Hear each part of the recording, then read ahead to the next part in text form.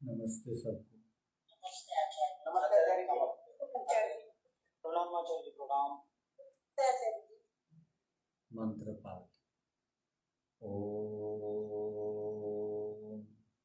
सहना भवतु सहनो भुनक्तु सह वीर्यं कर्वावहै तेजस्विनावधीतमस्तु मा विद्विषावहै। ओम शांति शांति शांति।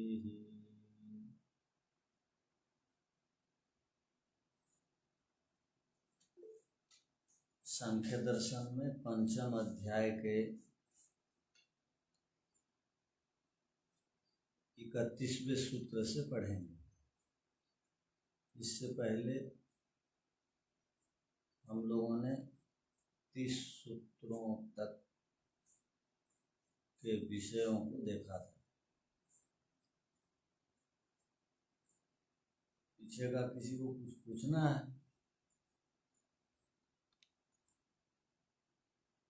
तो अब आगे देखते हैं। अवस्तुत्वे पुनः किम स्वरूपा व्याप्ति रीति अत्र उच्यते। यहाँ एक प्रश्न किया जा रहा है। क्या? पूर्व पक्षी कहता है सिद्धांति से कि कार्य और कारण के अतिरिक्त आपने कोई नई वस्तु तो नहीं मानी व्याप्ति को। इन दोनों के साथ में रहने का और इन दोनों में जो शक्ति उत्पन्न होती है उसको आप व्याप्ति कह रहे हैं।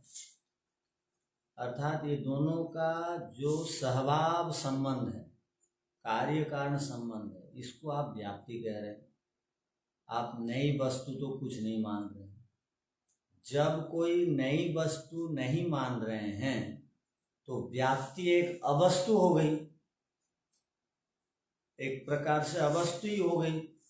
जब दोनों से आप एक अलग वस्तु के रूप में व्याप्ति को स्वीकार नहीं किया, इस दृष्टि से जब वह वस्तु है ही नहीं, वह वस्तु से अलग है,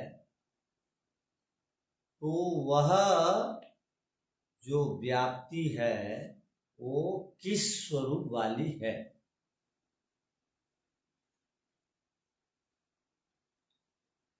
तो इसको समझने के लिए प्रयत्न करिए। या आप में से किसी ने इस भूमिका को समझी हो तो बताइए। अर्थात ये भूमिका क्या कहना चाह रही है? आचार्य जी नमस्ते। हाँ जी। भूमिका में ये कहना चाह रहे हैं कि जब व्याप्ति को आपने अलग से कोई वस्तु नहीं पढ़ा है, ये कारण और कार्य का संबंध ही बताया है, तो फिर ये क्या है? वस्तु से अलग है तो वह किस स्वरूप वाली है? किस स्वरूप वाली है? तो इसका अब उत्तर दिया जाता है। पीछे कहा गया कि ये अलग से वस्तु नहीं, तो अवस्तुत्वे पुनः किम स्वरूपा, इसका मतलब हो गया ये अवस्तु है एक प्रकार से। जब वह वस्तु है ही नहीं, वस्तु से अलग है, तो वह व्याप्ति किस स्वरूप वाली है? अब इसका उत्तर देखिए। निज शक्ति उद्भवम इति आचार्यः।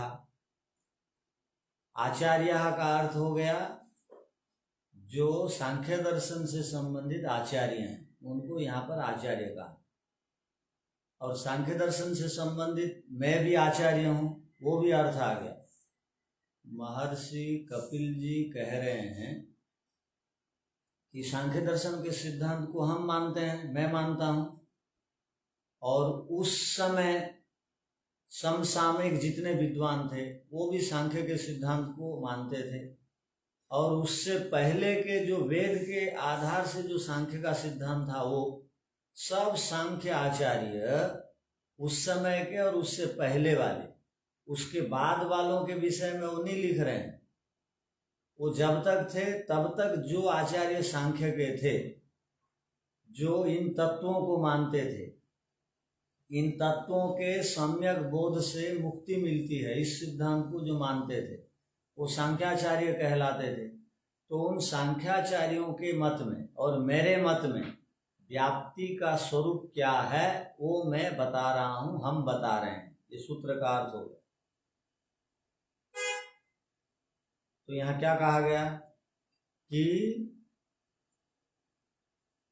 कार्य और कारण का, देखिए, निज शक्ते है, निज शक्ति उद्भवम इति आचार्याः, निज शक्ते है कार्य कारणयोर या निजा शक्तिरस्ति तस्या उद्भवम अर्थात कार्य कारण भावे प्रवृत्तयो पदार्थयो समान देश कालवतो हो कार्य कारणताम आपन्नयोर व्याप्ता या शक्ति तस्या उद्भवम व्याप्तिम मन्ये अहम इति इत्थम एव अनेके किल आचार्याः सांख्याचार्या मन्यन्ते। अब एक एक शब्द समझिए। निज शक्ते कार्य कारणयोर या निजा शक्तिरस्ति। कार्य कारण, एक है कार्य एक है कारण, दोनों के संबंध को, सहभाव को यहाँ पर व्याप्ति कहते हैं। अब भाष्य में कहा गया ये जो कार्य कारण का जो स्वाभाविक शक्ति है अर्थात निज शक्ति है, अर्थात वो निज शक्ति जो है जो प्रकट होती है, अर्थात वो निज शक्ति जब हम क्या बोलेंगे, उद्भव होना अर्थात प्रकट होना या दिखाई देना, अर्थात कार्य और कारण की जो अपनी स्वयं की शक्ति है उस निज शक्ति का उद्भव होना अर्थात प्रकट होना, उद्भव होना प्रकट होना।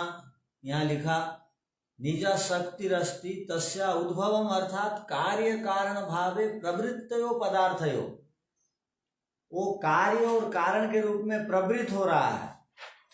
कोई कारण के रूप में प्रवृत्त हो रहा है, कोई कार्य के रूप में प्रवृत्त हो रहा है। प्रवृत्त हो रहा है का अर्थ क्या है यहाँ पर, अर्थात कोई कार्य अपने कारण के रूप में व्यवहार में दिखाई दे रहा है और कोई कारण कारण के रूप में व्यवहार में दिखाई दे रहा है। कार्य और कारण के रूप में पदार्थ दिखाई देते हैं, ध्यान रखिए। ये सूत्र समझ जाएंगे तो अगला सूत्र समझ जाएंगे। कार्य के रूप में क्या प्रकट हो रहा है, अभी जितने भी कारण से बनने वाले पदार्थ हैं वो कार्य के रूप में प्रकट होते हैं। ले लीजिए आप, कार्य पदार्थ अभी कपड़ा है, कपड़ा अभी कार्य के रूप में प्रकट हो रहा है। ये जो कपड़े में कार्यत्व है, ध्यान रखिए, एक होता है कार्य और एक होता है कार्यत्व।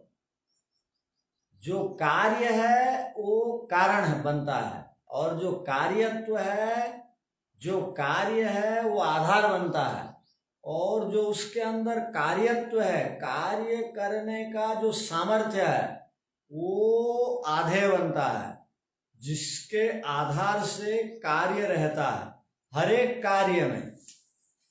अर्थात हर एक कार्य के अंदर ऐसी शक्ति है जो कारण से युक्त होकर अपने अस्तित्व को प्रकट करती, अर्थात शक्ति को प्रकट कार्य करता है।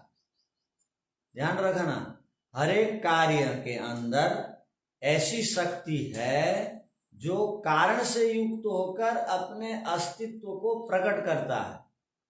ये कार्य की शक्ति हो गई। एक हो गया कार्य और एक हो गया कार्यत्व। हर एक कार्य पदार्थ में कारण विद्यमान है, ध्यान रखिए।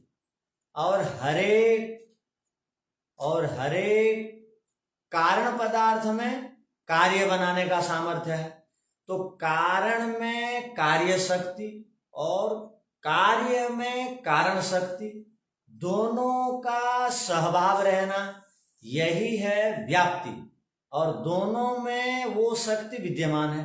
कपड़े में कार्य शक्ति विद्यमान है, कपड़ा अब प्रकट हो गया। और कारण के रूप में क्या है? कपड़े का कारण क्या है? कपड़े का कारण है धागा, रुई। हाँ, धागा, रुई, ये जो है कपड़े के कारण हो गए। और कारण के अंदर ऐसी शक्ति है जो कार्य को उत्पन्न कर सके। प्रत्येक सूत में, प्रत्येक रुई में ऐसा सामर्थ्य है जो कार्य को प्रकट कर सके, इसीलिए उसको कारण कहते हैं। इसलिए किसी को पिता कहते हैं कि उसका पुत्र है। या पिता क्यों कहा जाता है? किसी को भी पुत्र उत्पन्न कर देने के कारण। और किसी को भी कारण क्यों कहा जाता है? वो इसलिए कहा जाता है कि उसमें कार्यत्व बनाने का सामर्थ्य है और कार्यत्व को बना रखा है। जैसे अब आपने मकान को देखा, अब आपने कपड़ों को देखा, और साथ में सूत, धागे आदि हैं, साथ में सीमेंट, रड, बालू वगैरह हैं। वो दोनों का जो संबंध है उसी को व्याप्ति कहते हैं। दोनों में से एक को हटा देने से व्याप्ति नहीं है। जो कारण बन रहा है वो कारण में कार्यत्व बनाने का सामर्थ्य है, और जो कार्य है वो कारण है बोल के बताता है। तो दोनों अपनी शक्तियों को जब उद्भव कर देते हैं, प्रकट कर देते हैं, व्यवहार में सिद्ध कर देते हैं। अब हम आंखों से देखते हैं तो सब और मकान ही मकान दिख रहे हैं। अब हम आंखों से देखते हैं तो सब और कपड़े ही कपड़े दिखाई दे रहे हैं। अब हम आंखों से देखते हैं तो सब और आटे दिखाई दे रहे हैं। अर्थात गेहूं जो कारण है वो आटा बनाने का सामर्थ्य रखता था, और आटा जो कार्य है वो अपने कारण को बता रहा है, और कारण जो है अपने कार्य को बता रहा है।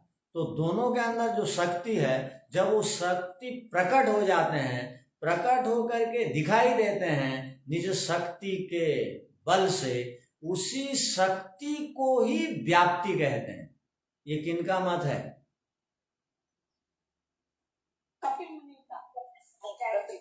और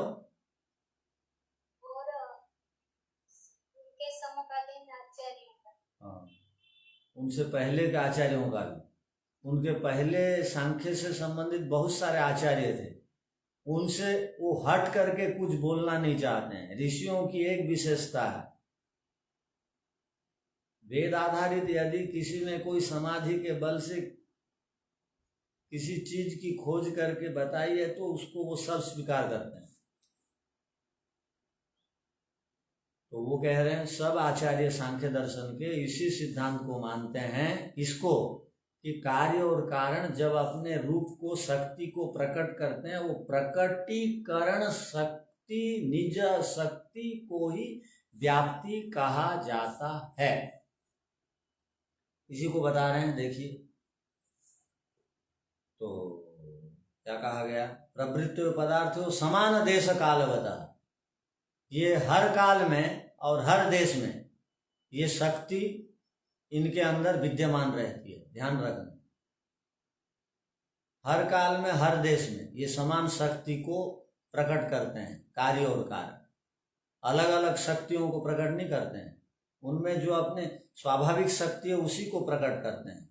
कार्य कारणतम आपन्न और व्याप्ता, वो कार्य और कारण को आपन्न अर्थात प्राप्त होकर के उसको प्रकट करते हैं। व्याप्ता या शक्ति, उसमें जो कार्य कारण का सामर्थ्य है और कार्य कारण जो व्यापक रूप से उसके अंदर विद्यमान है। कार्य में कार्यत्व विद्यमान है, कारण में कारणत्व विद्यमान है, दोनों में दोनों विद्यमान है।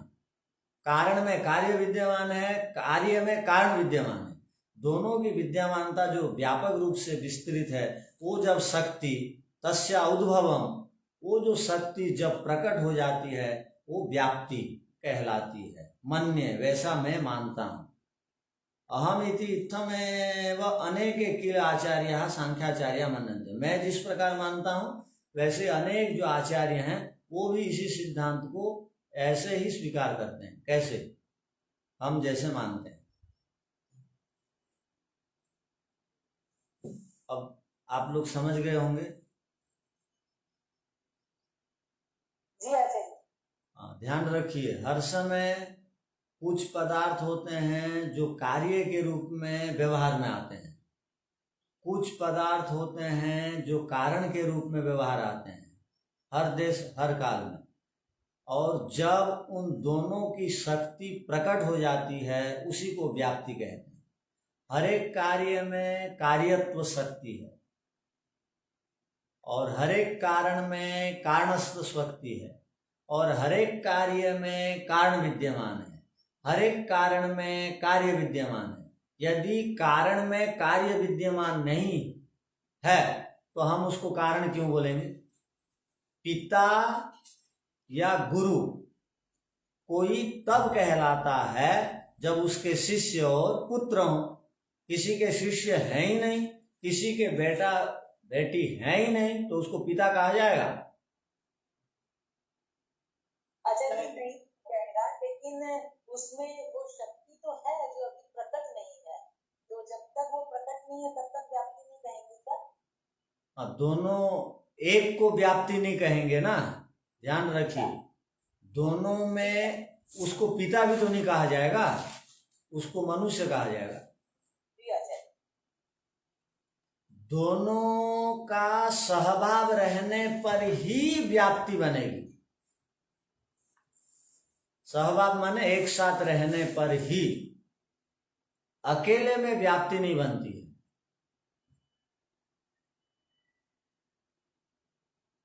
तो दो पदार्थ हैं, वो समान देश काल में समान देश में कार्य कारण बनते हैं और समान काल में कार्य कारण बनते हैं। तो वो जो कार्य कारण के रूप में हम लोग बोलते हैं, वो बोलते समय वो जो दोनों का संबंध होता है उसी को हम व्याप्ति कहते हैं।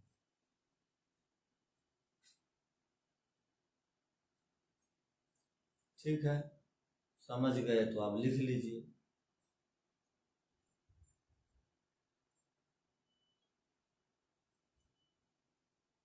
नहीं लिखे हैं ना इसको? नहीं आचार्य,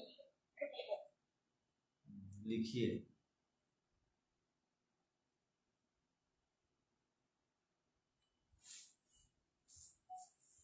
आचार्य नमस्ते। इसका पहले जानती तो क्या करता था? अभी बोल सकते हैं कार्यक्रम जो उससे पहले बोला था नियत धर्म एक साथ जब रहेंगे तो उसको व्याप्ति कहते हैं। नियत धर्म एक साथ रहेंगे तो वो क्या व्याप्ति का स्वरूप नहीं है वो भी तो उसी को बोल रहा है। जो नियत स्वरूप है वो क्या है?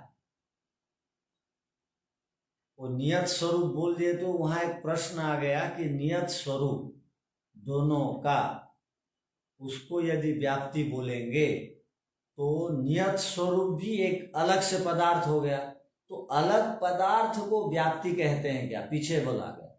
जब नियत स्वरूप बोल दिया गया, जैसे दो रंग मिलके एक तीसरा रंग का रूप ले लेते हैं, तो तीसरा रंग जो बनता है वो तीसरा रंग भी एक अलग सत्ता वाला पदार्थ है। हम ऐसे बोलते हैं सामान्य बोलचाल में। तो दोनों का सामर्थ्य जब मिल गया तो एक रूप आया। अब रंग का उदाहरण दिया तो आप में संशय ना आ जाएगा। तो यहाँ पर कहा दोनों का जो संबंध को व्याप्ति बोलते हैं, वो संबंध से कोई एक अलग सत्ता बनती होगी। दोनों का संबंध को आपने व्याप्ति कह दिया तो उनसे एक नई चीज बनती होगी।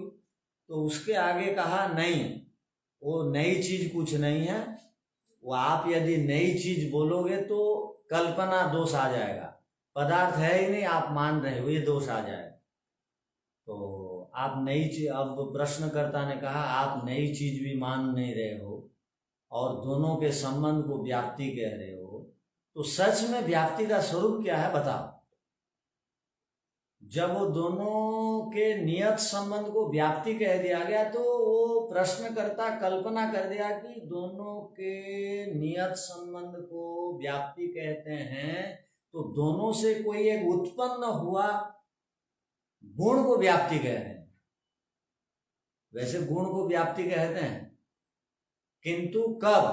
जब वो द्रव्य रहे, वो दोनों को द्रव्य मान करके व्याप्ति को गुण बताया, तो इसने कहा कि वो एक अलग द्रव्य होना चाहिए जब दोनों से उत्पन्न होता है, तो सिद्धांति खंडन कर दिया। तो सिद्धांति ने कहा आप वस्तु भी नहीं मानते हो, तीसरे पदार्थ नहीं मानते हो, तो क्या है? तो आप बता रहे हैं दोनों के अंदर विद्यमान जो अपनी शक्ति है वो जब प्रकट हो जाती है तो उसको व्याप्ति कहते हैं। बात समझ में आई? वो क्यों यहाँ प्रश्न उत्पन्न हो रहा है?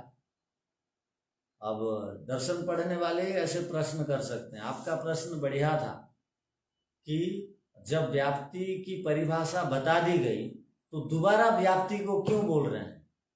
तो इसलिए बोल रहे हैं, व्याप्ति की परिभाषा बोलने के बाद मन में एक संशय आ गया कि दोनों के नियत संबंध को व्याप्ति बोल रहे हैं, तो दोनों से एक तीसरा कोई पदार्थ होगा जिसको व्याप्ति बोल रहे हैं।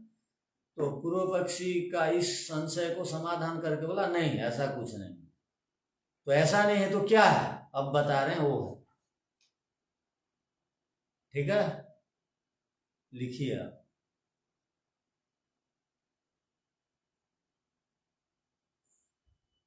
पूर्व पक्षी सिद्धांति से कहता है कि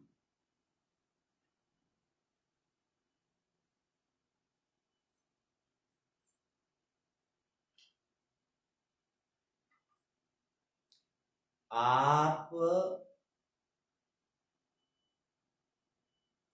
व्याप्ति को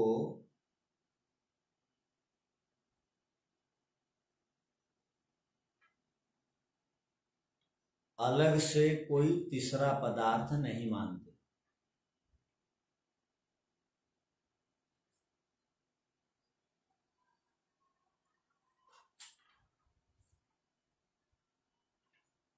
अर्थात व्याप्ति कोई पदार्थ है ही नहीं। व्याप्ति कोई अलग से पदार्थ है ही नहीं।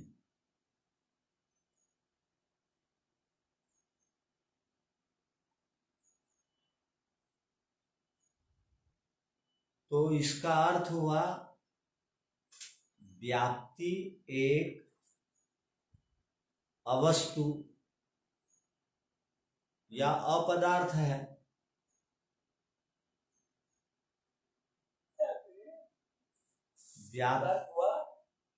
हाँ जी,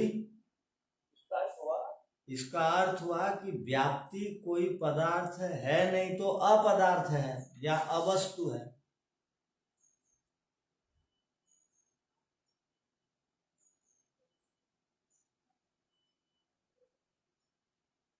जब वह वस्तु है ही नहीं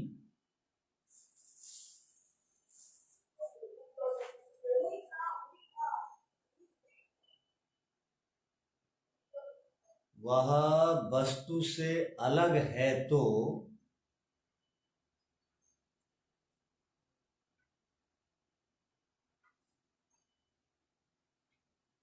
वह व्याप्ति किस स्वरूप वाली है? वह व्याप्ति किस स्वरूप वाली है?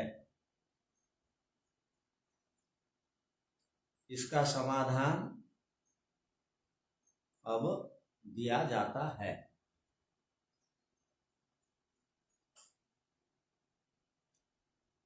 इसका अब समाधान दिया जाता है।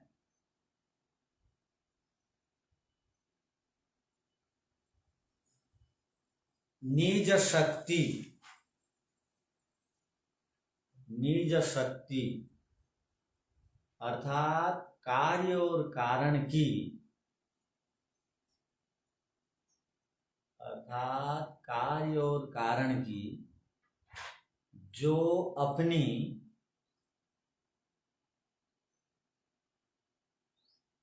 स्वयं की शक्ति है,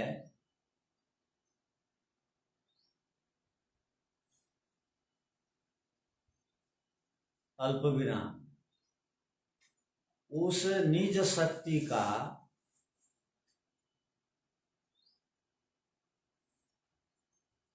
उद्भव अर्थात प्रकट हो जाना,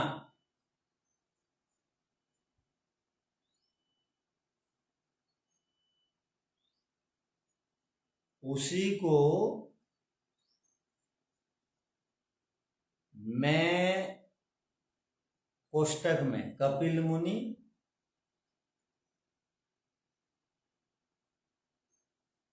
और सभी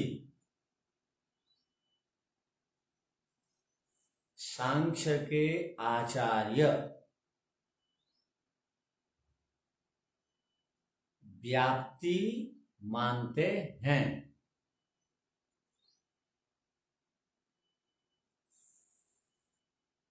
व्याप्ति मानते हैं अर्थात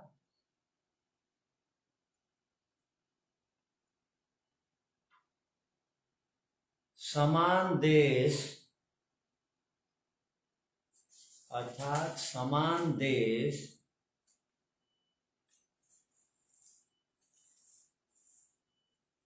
एक अल्प विराम, काल में, समान देश और काल में, ऐसा भी लिख सकते हैं, समान देश और काल में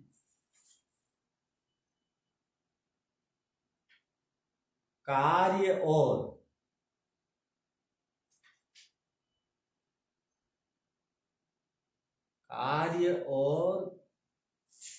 कारणता को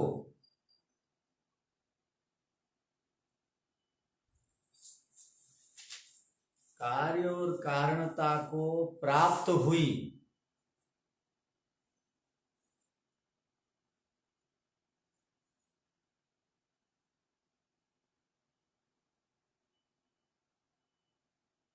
जो व्याप्ति है,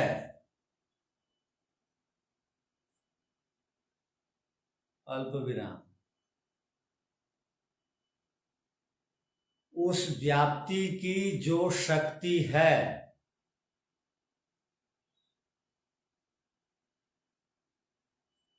अल्प विराम, वह शक्ति, अल्प विराम,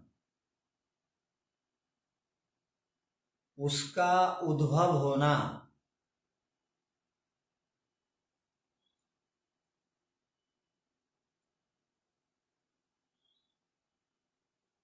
अर्थात व्याप्ति रूपी शक्ति का उद्भव होना अर्थात प्रकट होना,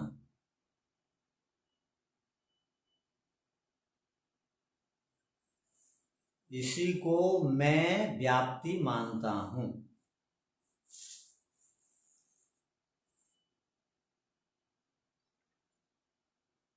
अर्थात मैं और अन्य सांख्याचार्य मानते हैं।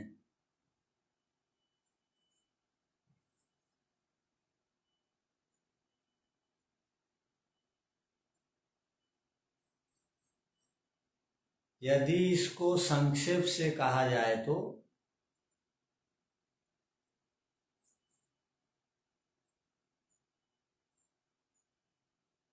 निज शक्ति का प्रकट ही व्याप्ति है।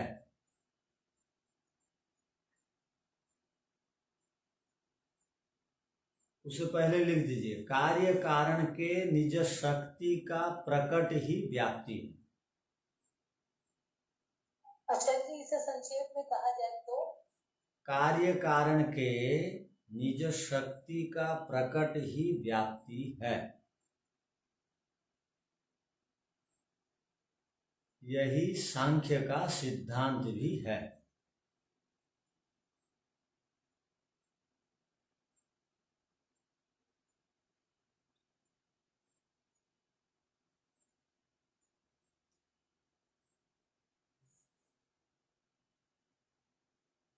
ये हो गया।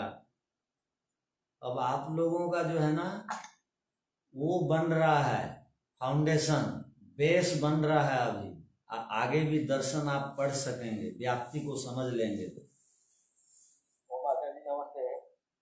ये लिखा है अर्थात व्याप्ति रूपी शक्ति का उद्भव होना अर्थात प्रकट होना, तो व्याप्ति मैं मानता हूँ। ये व्याप्ति है मैं बोल के ऐसा मैं मानता हूँ, ऐसा वो क्योंकि स्वयं सांख्य दर्शन बनाए हैं, और मैं इसलिए उन्होंने कहा कि आगे दूसरे आचार्य क्या कहते हैं उसको भी वो बताएंगे। ध्यान रखिए, जहां मैं का प्रयोग आ जाता है ना शास्त्र में, तो वहां दूसरे आचार्यों का ये मत है, इस पर उसको बताने के लिए मेरा ऐसा मत है स्पष्ट कर दिए। ये विनम्रता भाव है, शास्त्र की भाषा है। माने आगे अगले अब जो सूत्र आप पढ़ेंगे उसमें पंचशिख आचार्य जी ऐसा मानते हैं, वो लिख रहे हैं। तो पंचशिख आचार्य ऐसा मानते हैं, तो आपका क्या मत है कोई पूछ लेगा, तो वो पहले अपना मत दे दिए, उसके बाद पंचशिख आचार्य का मत देंगे। ठीक है। कई बार होता क्या है, देखिए मेरा तो अपना मानना यह है, बहुत बार हम प्रवचन में सुनते हैं, मेरा अपना मानना यह है। अपना विचार तो किसी को नहीं थोपना चाहिए। विद्वान लोग जब प्रज्ञा पुरुष हो जाते हैं, बार बार पढ़ते हैं, गुरु परंपरा से सुनते हैं या समाधि से प्राप्त करते हैं, तो वो बोलते हैं मेरी तो अनुभूति ये कहती है, मेरी अनुभूति ये कहती है, मुझे समाधि लगने से क्या अनुभूति होती है बता देते हैं। उसके बाद बोलते हैं महर्षि दयानंद जी का विचार ऐसा है, देखिए किंतु मैंने समाधि लगा करके ऐसी अनुभूति पाई, वो अपना विचार दे देते हैं। किंतु वो बाकी ऋषियों को भी वहां कोट करते हैं। क्यों? इसलिए करते हैं कि देखिए हमारी जो अनुभूति है या हमारा जो विचार है, दूसरों का ये विचार है, किंतु दोनों के विचारों में कुछ अंतर है या एक रूपता है, वो आप विचार करेंगे श्रोता। क्या बोल रहे हैं प्रेम कुमार जी? इसमें आचार्याः ये बहुवचन है वैसे ही। हाँ, तो आचार्याः बहुवचन है, इसका अर्थ क्या हुआ? आचार्य बताते हैं। हाँ, सभी आचार्य बताते हैं। क्यों बोला गया? सभी आचार्यों में वो भी आ जाते हैं। कौन आचार्य? सांख्य के सभी आचार्य, इसका अर्थ ये होगा। तो महर्षि कपिल जी क्या और किसी के थोड़ी आचार्य थे, वो सांख्य के ही आचार्य थे, वो भी आ गए। इसलिए भाष्य में क्या लिखा है देखिए, मन्ये माने एक वचन में प्रयोग, मैं ऐसा मानता हूं। उसके बाद क्या लिख रहे हैं, इत्थमेव अनेके किल आचार्य, और भी दूसरे आचार्य, दोनों बातें हैं भाष्य में। अंतिम पंक्ति में देखिए, मैं ऐसा मानता हूं मन्य, और दूसरे भी बहुत सारे आचार्य हैं जो ऐसा मानते हैं। तो भाष्य को हम आधार करके पढ़ रहे हैं, और सूत्र का संपूर्ण अर्थ भाष्य को पढ़ने से हम लोग समझते हैं, इसलिए वो दोनों को मिला करके कहा गया। ठीक है, आगे देखिए, कितनी बड़ी एक बात प्रकट कर रहे हैं महर्षि कपिल जी। तो हम गीता में भी पढ़ते हैं, मुनियों में मैं कपिल मुनि हूं कहते हैं। गीता में एक श्लोक है कि मुनियों में मैं कपिल मुनि हूं। कृष्ण जी कहते हैं कि मुनियों में कपिल मुनि, और सांख्य योग का बहुत बड़ा माने विचार वहां दिया गया है। तो कपिल मुनि जी का बड़ा सम्मान था। सांख्य दर्शन को पुराना दर्शन भी कहा जाता है, और सांख्य का सिद्धांत बहुत पुराना है, वैदिक काल से है। केवल उसका संग्रह महर्षि कपिल ने किया है। तो महर्षि कपिल इसी कार्य में लगे हुए थे, तो वो जिनको भी पढ़ाते थे वो शिष्य भी इसी कार्य में लगे। तो उनके शिष्य परंपराओं में उनके एक प्रसिद्ध शिष्य बने जो कि पंचशिख कहलाते हैं, इन्हीं के शिष्य हैं। और गुरु जी ने शिष्य का नाम सूत्र में लिया है। देखिए कितनी विनम्रता का भाव है यहाँ पर। गुरु जी सूत्र लिख रहे हैं और शिष्य का नाम लिख रहे हैं। देखिए क्या लिख रहे हैं वो, आधेय शक्ति योग इति पंचशिख। देख, हाँ जी, सांख्य दर्शन का मूल उद्देश्य है प्रकृति और पुरुष को जान लेना, अलग अलग है, जड़ और चेतन में अंतर है, इसका ज्ञान कर लेना। हाँ, हम लोग अपने पुराने आचार्यों के नीति वाक्यों को पढ़ते हैं। उन्होंने लिखा नास्ति सांख्य समम ज्ञानम, सांख्य के समान ज्ञान नहीं है, और नास्ति योग समम बलम, और योग दर्शन के समान बल भी नहीं है। तो सांख्य दर्शन के समान ज्ञान है नहीं, अर्थात जो प्रकृति और पुरुष के वास्तविक संबंध को उद्घाटित कर देता है। तो यहाँ क्या कहा गया, पंच सीखे। योग दर्शन को पुराना माने या सांख्य दर्शन को योग दर्शन? तो देखिए, अब आचार्यों ने जो है, आचार्यों ने अपनी जन्म तिथि कहीं भी नहीं लिखी है। वो कहाँ जन्म हुए, कब हुए, कौन पुराना कौन नया हम नहीं कह सकते हैं, किंतु उनके सूत्रों के माध्यम से हम जान सकते हैं। और पहला सूत्र योग दर्शन का क्या है?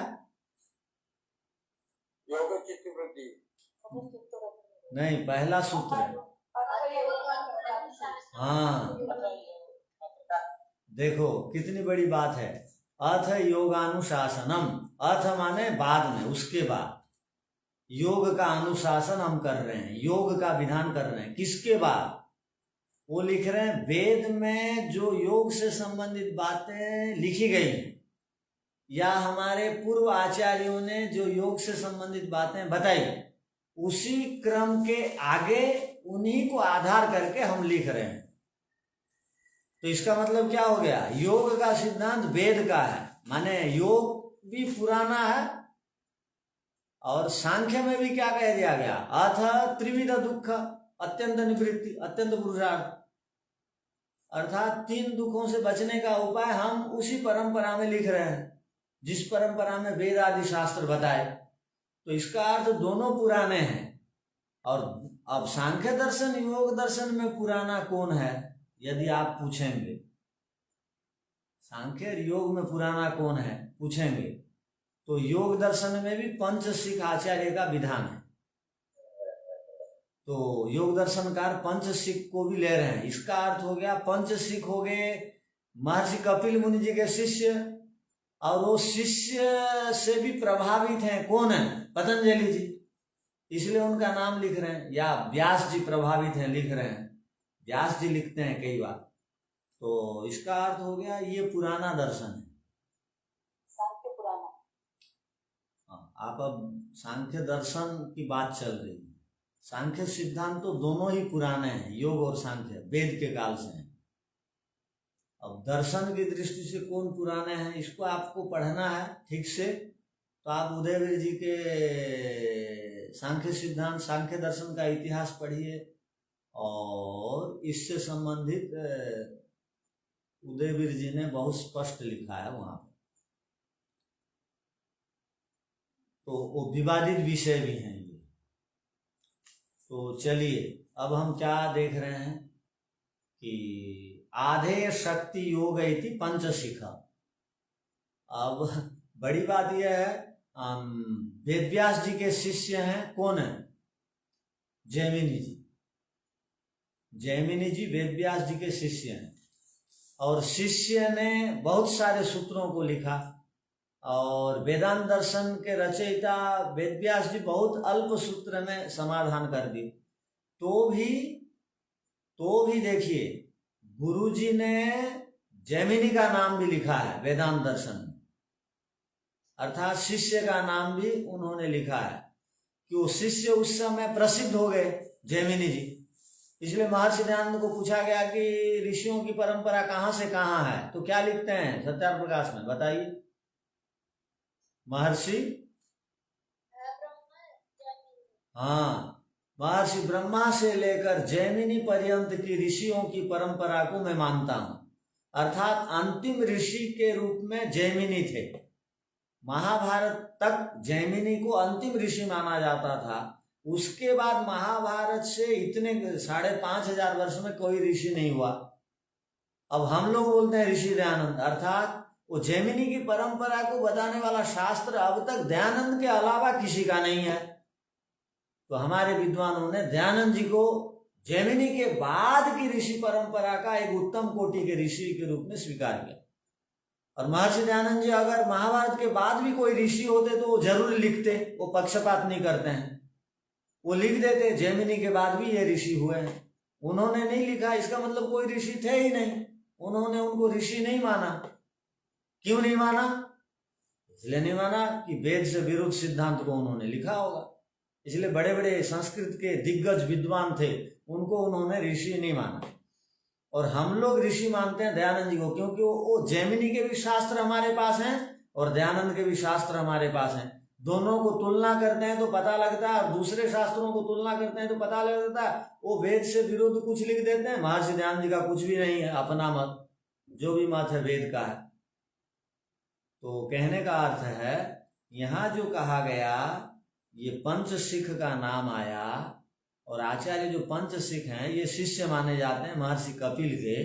और महर्षि कपिल ने लिखा कि हमारे जो अब प्रचलित जो प्रसिद्ध आचार्य हैं, उस समय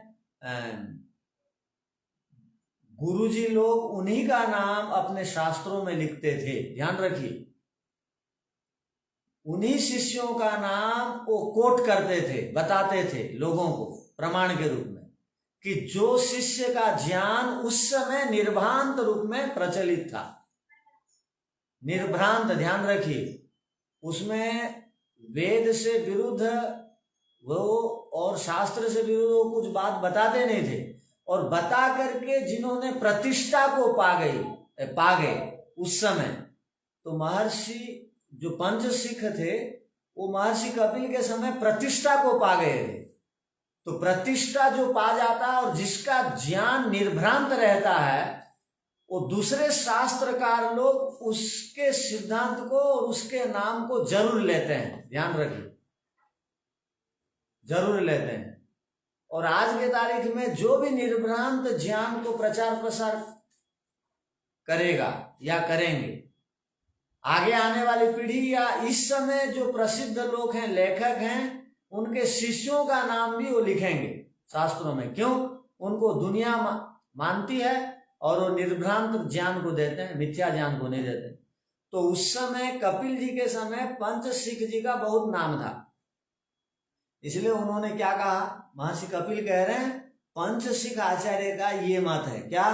वो पंच सिख आचार्य मानते हैं आधे शक्ति का योग को ही उन्होंने व्याप्ति माना है।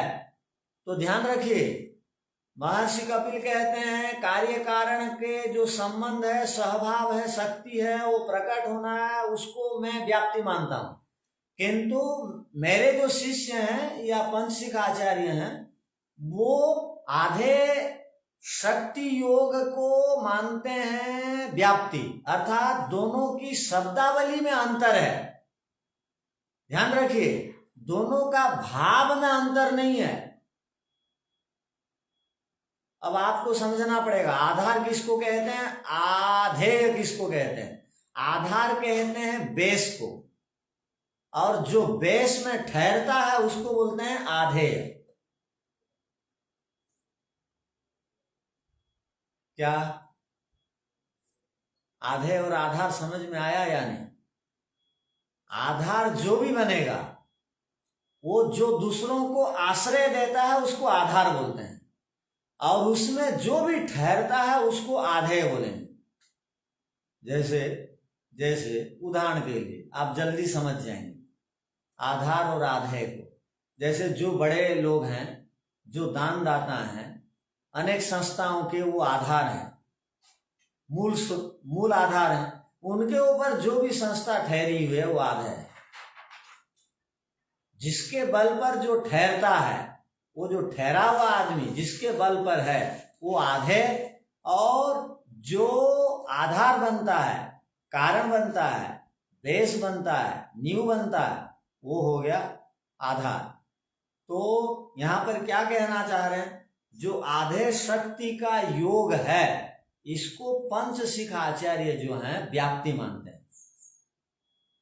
ये इसका हो गया संक्षेप में अर्थ। अब इसको विस्तार से देखेंगे, इसको समझने के लिए थोड़ा सा वो चाहिए। वो मास्टर जी, वो मास्टर जी, वो जो दान देता है उसको आधार करके कुछ सस्ता बनता है, मगर इसका मतलब है वो आधार हो गया।